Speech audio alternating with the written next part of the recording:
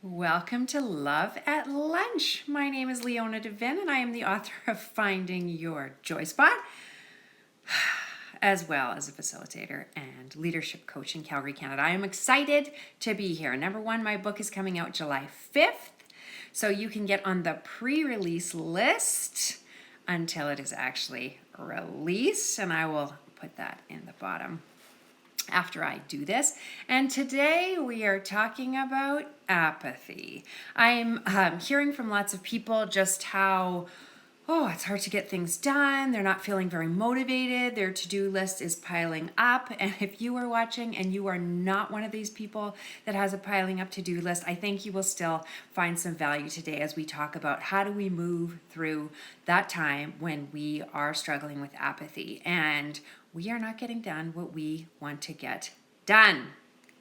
I love to get stuff done and I hate it when I procrastinate. So we're going to look at some tools today that are going to be really helpful. And we're going to look at two resources. And so the first very simple one is we want to think about what emotions am I feeling that is getting in the way and allowing me to procrastinate. Our emotions take up a lot of space and a lot of energy in our brain. And one of our greatest EQ tips is to acknowledge what we are feeling. As soon as we acknowledge what we are feeling, it takes the energy out of the brain trying to figure out what's going on. And it takes basically like the popcorn maker part of our brain. And as soon as we say, I'm feeling frustrated, anxious, and again, we use the word I feel, not I am, brains like that better. And it puts it into a little filing cabinet. It says, I feel anxious, I feel this. And it drops the emotional charge by about 25%. So this is your first tool for moving from apathy to action, is to recognize the feeling that you're having. And you might also be having shoulds. You should be getting things done. That's where permission slips can be really valuable. It's not part of our tools, but we have a huge toolbox, so we always add in the extras. So that first part, what are the emotions I'm feeling? I feel this, this, this, this. Try not to beat yourself up about them. Don't judge them. Don't over-attach yourself to them. We have been stuck in a land of uncertainty and mitigating risk and stuck in our homes and lacking connection. So it is natural that we would feel a certain sense of apathy. And then now we're navigating, what does summer look like? What does integration look like? What am I comfortable with? What am I not? So there's a lot. So be generous with yourself. But acknowledging those emotions that are standing in your way is really helpful. The next thing you want to do is what is the step that you can take towards completion? And we want to think of the very next step. From a neuroscience perspective, I might think, I need to book that medical appointment. And I don't even have the doctor's number. So I want to think, what's the very next step to calling the doctor? Is not call the doctor, and I might be apprehensive. I got brain tumors. Doctors and I get along well, but it makes me nervous. And so it's good to acknowledge that. What is the very next step? So that's really important. I need to find the doctor's number. You could even get even more simple. Google the doctor's number. Anything you can do to lessen the gap from where you are now to what you want to accomplish is important when we're looking at feeling apathetic. So, first step, acknowledge your emotions. Second step, think of the very next step. Be very, very minuscule. The more minuscule you are, the greater the chance you have of completing it. So the next thing is, how could you make it hard to procrastinate? So when I talk to clients and they're like, I would really like to write some things, or I'd like to get back into exercise. If you're tripping over your walking shoes when you get out of bed, that helps.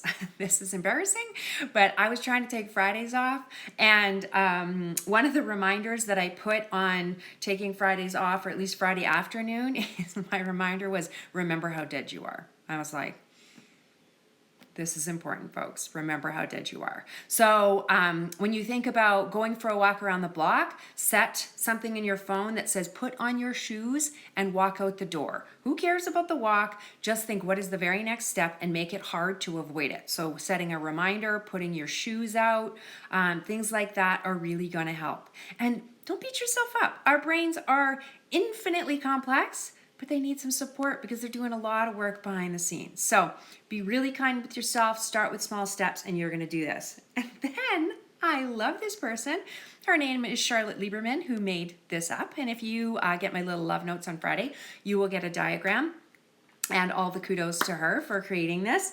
It says, how can I make it easy to do the right thing and joyfully complete it?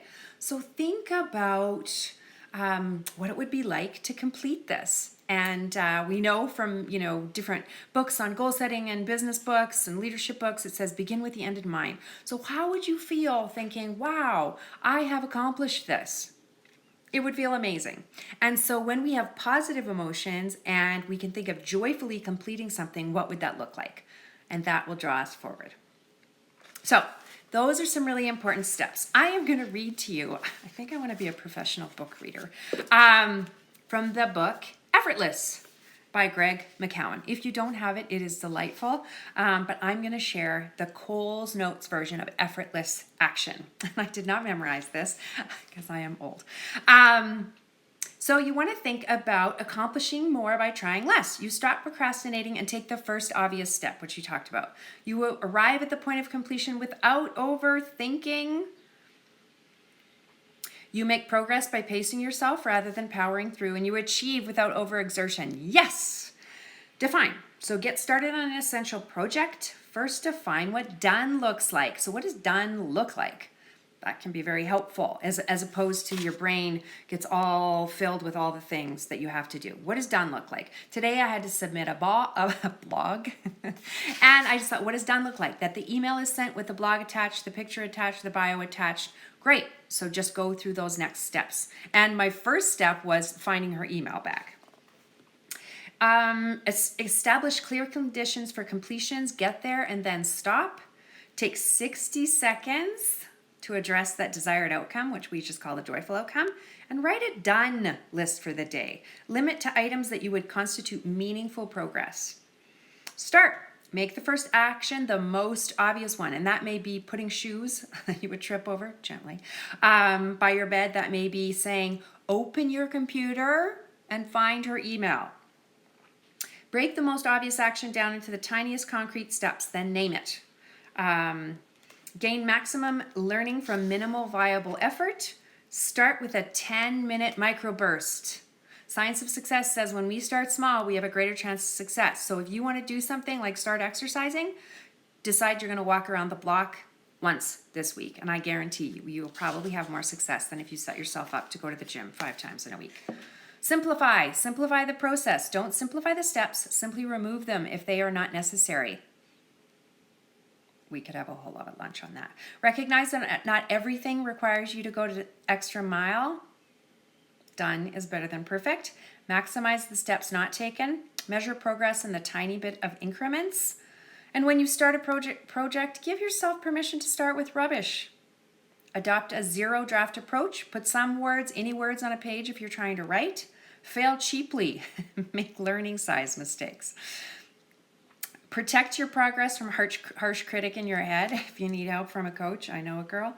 And set an effortless pace. Slow is smooth, smooth is fast. So he was talking in this book that people were trying to make it to the Antarctic. Bless them.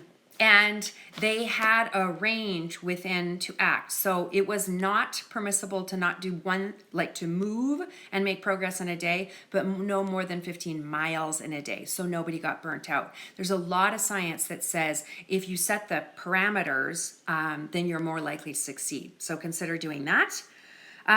Reject the false economy of powering through. Don't even get me started on what happens when we lose sleep when we're trying to be on for the next day. People do much better on tests than missing out on studying and sleeping. And naps are your best friend.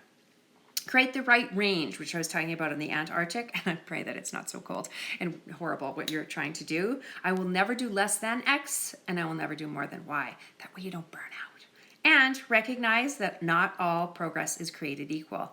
But some action will create some more action. We get a little hit of dopamine, then we're more likely to continue to power through. So setting those small goals and setting up that first action and the joyful completion understanding what emotions get in the way is going to help you to move from apathy to action. And that is a great way to start off on Monday, my friends. So, love at lunch. I'm going to go take a little bite of my own lunch and move from apathy to action today. And if you need any help, then reach out to me. I've got some 20-minute coaching sessions that are available in July, and I would love to pop your name on them.